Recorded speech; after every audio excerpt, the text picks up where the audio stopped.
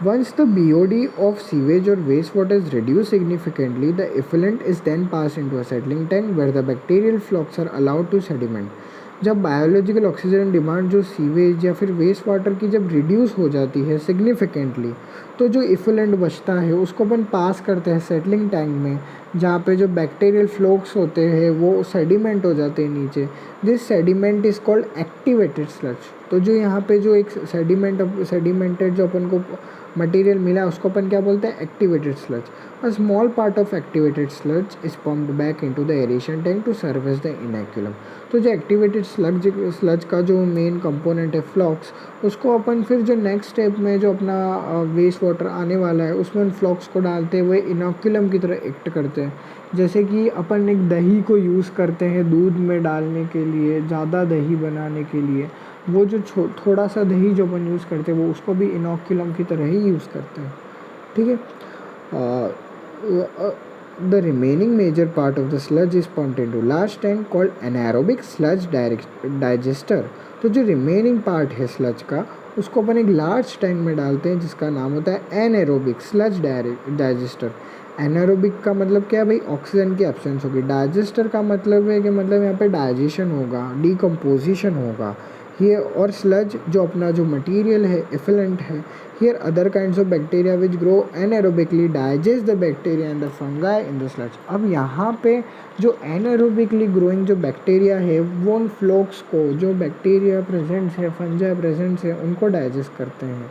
During this digestion bacteria produce a mixture of gases such as methane, hydrogen sulphide and carbon dioxide. तो ये जो digestion होता है तो गैसेस जो बैक्टीरिया होते हैं कुछ गैसेस रिलीज़ करती है जैसे मीथेन, हाइड्रोजन सल्फाइड और carbon dioxide. This gases form biogas and can be used as a source of energy as it is inflammable. तो ये जो गैसेस प्रोड्यूस होती है ये इनफ्लेमेबल होने के कारण अपन इनको एज ए फ्यूल यूज़ कर सकते हैं. तो इससे अपने बहुत फ़ायदा हुआ. पहला कि अपना जो वेस्ट वाटर उसका ट्रीटमेंट होगा और अपने पास बायोगैस भी प्रोड्यूस है. ये एक आप डायग्राम देख सकते हैं, एरियल व्यू है सीवेज प्लांट का इधर. You can appreciate how microbes play a major role in treating millions of gallons of wastewater every day across the globe. This methodology has been practiced for more than a century now in almost all parts of the world. Till date, no man-made technology has been able to rival the microbial treatment of sewage. आप देखिए कि जो microbes है वो अपन का कितना help कर रहे हैं और अभी तक अपन ह्यूमंस को ऐसी टेक्नोलॉजी नहीं बना सके हैं जो इसको टक्कर दे सके. You are aware that due to increasing urbanisation sewage is being produce in much larger quantity than ever before. तो अब जैसे अर्बनाइजेशन बढ़ रहा है वैसे सीवेज की क्वांटिटी बढ़ रही है, जैसे पॉपुलेशन बढ़ रही है, यूसेज बढ़ रहा है, तो सीवेज का प्रोडक्शन ज़्यादा हो रहा है.